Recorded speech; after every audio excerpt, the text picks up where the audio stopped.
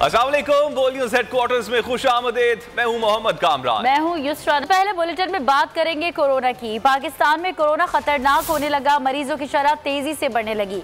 मुल्क में एक दिन के दौरान मजीद 7048 अफराद मोहलिक वबा से मुतासिर हो गए। NCOC के मुताबिक 24 घंटे के दौरान कोरोना मस्बत मरीजों की शरह 11.53% रही। एक दिन में 61,077 टेस्ट किए गए। मोहलिक वबा से मजीद 21 अफराद इंतकाल कर गए। मजमूई तौर पर मरने वालों की तादाद 29,169 हो गई। 1040 मरीजों की हालत अब भी तशवीशनाक है।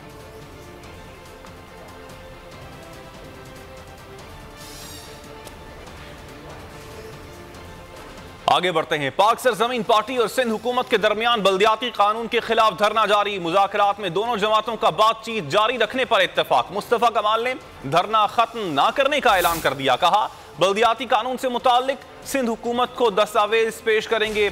सियासी जिदोजहद हमारा हक है, यहीं बैठेंगे और मुज़ाकरात भी करते रहेंगे। पीपल्स पार्टी के वफ्द से सुबह दोबारा बात करेंगे। नासिर हुसैन शाह का कहना था, PSP की तजावीज़ पर नजरसानी करेंगे। बातचीत का सिलसिला जारी रहेगा।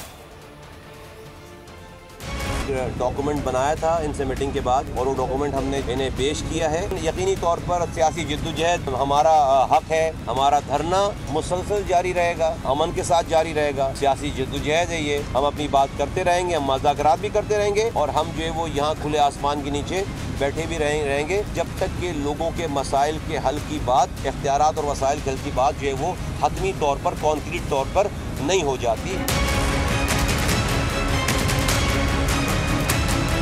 बात वैसे ही चल रही है और तकरीबन बहुत सारी चीज़ों पर तो हम लोग एग्रीड हैं। बाकी जो चीज़ें रहती हैं उन पर भी बातचीत होगी, लेकिन जिस तरह मुस्तफा कमाल साहब और उनके सब दोस्तों का फैसला है कि वो इसको जारी रखेंगे, तो हमारी बातचीत भी जारी रहेगी। और पाकिस्तान पीपल्स पार्टी चाहती है कि बहुत ज़्यादा बेहतरी आए और हमें सब दोस्तों के लिए बहुत इज़्ज़त है।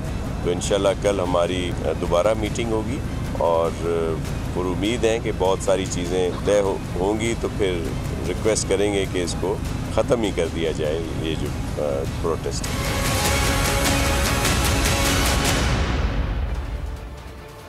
PSP 5 साल से बल्दियाती कानून पर बात कर रही है। हमारी बातें दोहराने वाले अब चैंपियन बनने की कोशिश कर रहे हैं।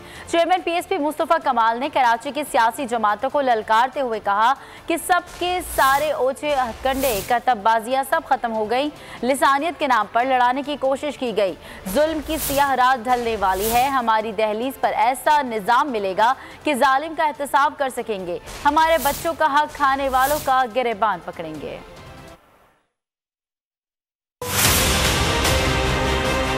हम 5 साल पहले की बात कर रहे हैं। मैं तुम्हें बताना ये जा रहा हूँ, जब हम डंडे खा रहे थे, जब हम थाने में पड़े हुए थे, जब माँ बहनों पर शेनिंग हो रही थी, तो और किस बात पर, वो उन्हीं सारी बातों पर, जिस बातों को लेकर आज सारी पार्टियां कराची की चैंपियन बन रही हैं। सबके सारे ओछे हथकंडे, करतबबाजियां सब खत्म हो गई। आज जो शहर को सिंधी मुहाजिर पख्तून बलोच के नामों पर लड़ाने की कोशिश की गई, रास्ता भटक जाना अच्छी बात नहीं है, तो मंजिल करीब है। जुल्म की स्याह रात कटने वाली है। इंशाअल्लाह ताला हमें हमारी दहलीजों पे हमें वो निजाम मिलेगा। इंशाअल्लाह ताला हमारे कदमों में, हमारी दहलीजों में, जहां पर हम जालिम का एहतसाब कर सकेंगे। हम अपने बच्चों की दवाओं के पैसे खाने वाले का गिरेबान पकड़ सकेंगे।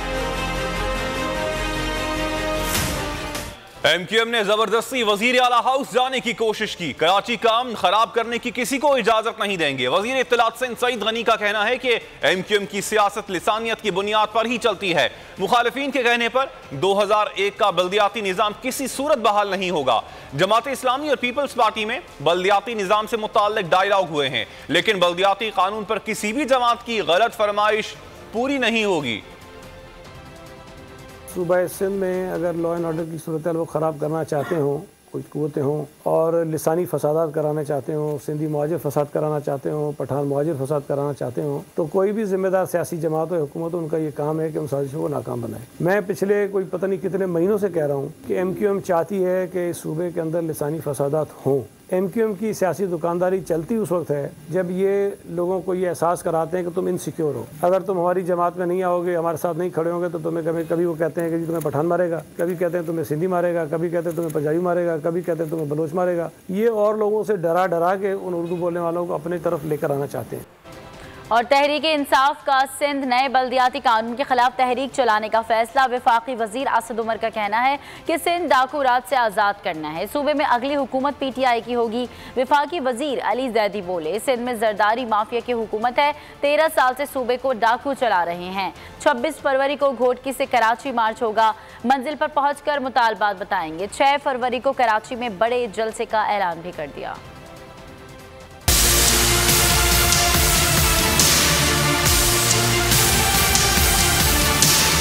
सिंध के अंदर पहले ही एक काला कानून था जो 140A है आइन का, उससे मुतसादिम सिंध का मुकामी हुकूमत का निज़ाम था, जो हम उसके खिलाफ पहले ही पटिशन फाइल कर चुके थे। वज़ीर आज़म खुद दस्तखत कुनिंदा हैं उस पटिशन के। मैंने खुद उसको पटिशन के ऊपर साइन किया हुआ है, और लेकिन उन्होंने तरमीम करके तो बिल्कुल ही जो बचा कुचा था वो भी ख़त्म करके रख दिया है। तो उस न सिर्फ ये तरमीम बल्कि वो जो ओरिजिनल कानून है उसके खिलाफ एक पूरे सूबे के अंदर तहरीक चलने जा रही है। वक्त आ गया है, अब आए मिलकर जिद्दोजहद करेंगे और इंशाअल्लाह ताला, जैसे मैंने कहा, कि सिंध को इस डाकू राज से आज़ाद करवाएंगे। इंशाअल्लाह ताला 2023 में सिंध के अंदर तहरीक इंसाफ की हुकूमत बनने के लिए जा रही है। यहाँ तो एक माफिया है जिसका नाम है जरदारी माफिया। आप तो 27 को निकल रहे हैं ना, तो इंशाअल्लाह तहरीक इंसाफ शाह महमूद कुरैशी साहब भी यहाँ होंगे। 26 तारीख को गोटकी से मार्च कर रही है सारे सिंध के जिलों से होते हुए, और इंशाअल्लाह अगले संडे को वो कराची में आके एक बड़े जलसे में इख्तिताम होगा। हम आपको रास्ते में भी बताएंगे और यहाँ भी आके बताएंगे। जब यहाँ हम पहुँचेंगे फिर हम आपको बताएंगे कि हमारी डिमांड है, बताते रहेंगे, फिर हम आपको बताएंगे हम आपसे चाहते क्या हैं।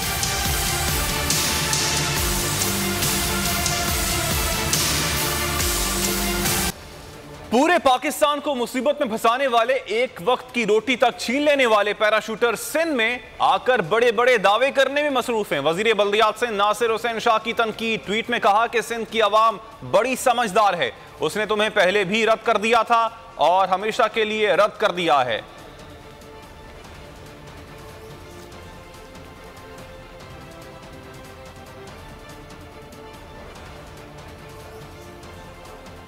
अवाम का एतमाद उठ चुका। इमरान खान को पार्लियामान से निकालने का वक्त आ गया। बिलावल भुट्टो जरदारी ने हुकूमत के खिलाफ तबले जंग बजा दिया। सरगोदा में जलसे से खिताब करते हुए कहा कि आपकी नाकामी का बोझ गरीब अवाम उठाने पर मजबूर हैं। शहर शहर जाऊंगा, लोगों को बताऊंगा, जालिम के खिलाफ उठना होगा। पंजाब के अवाम ने साथ दिया तो इमरान खान को छुपने की जगह नहीं मिलेगी। मुल्क में तब्दीली के नाम पर तबाही आई, कठपुतली को भगाएंगे। सिलेक्टेड के खिलाफ मैदान में निकल चुके। 27 फरवरी को इस्लामाबाद के लिए निकलेंगे और नाअहल वजीर आजम के खिलाफ जंग करेंगे। अगर अवाम का एतमाद उठ गया है तो वक्त आ गया है कि पार्लियामान का एतमाद इससे छीना जाए, हुकूमत से निकालना चाहे। इस मुल्क के अवाम आपका नाकामी का बोझ उठाएगा। पंजाब के अवाम और पाकिस्तान पीपल्स पार्टी इस हुकूमत का मुकाबला करती है तो इमरान को छुपने का जगह नहीं मिलेगा। जब से ये हुकूमत आए हैं तब्दीली के नाम पे तबाही चल रहा है। इस कठपुतली हुकूमत का, इस सिलेक्टेड वजीर आजम का मुकाबला करने के लिए मैदान में निकले हैं। हमने ऐलाने जंग कर चुके हैं। इंशाअल्लाह ताला 27 फरवरी को हम कराची से निकलेंगे, इस्लामाबाद के रुख करेंगे। कुछ बात करेंगे अब पाकिस्तान सुपर लीग की। PSL 7 के मार्कों में कराची किंग्स ने शिकस्त की हैट्रिक मुकम्मल कर ली। बाबर 11 171 रन के हदफ के दिफा में नाकाम रही।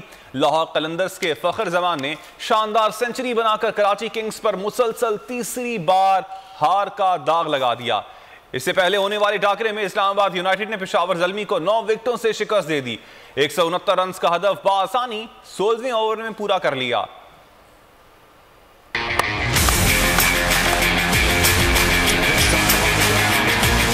कलंदर्स के बल्लेबाजों के हाथों कराची किंग्स के बॉलर्स मार कर दिया बुरा हाल। He's gone for it.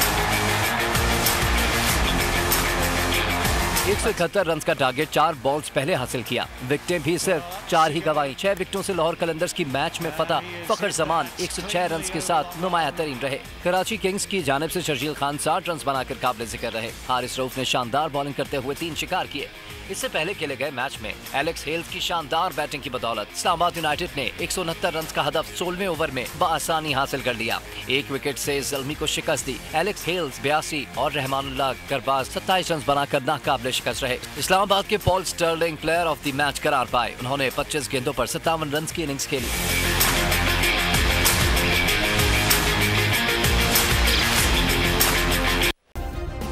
Subscribe करें और बेल दबाएं ताकि कोई खबर रह न जाए।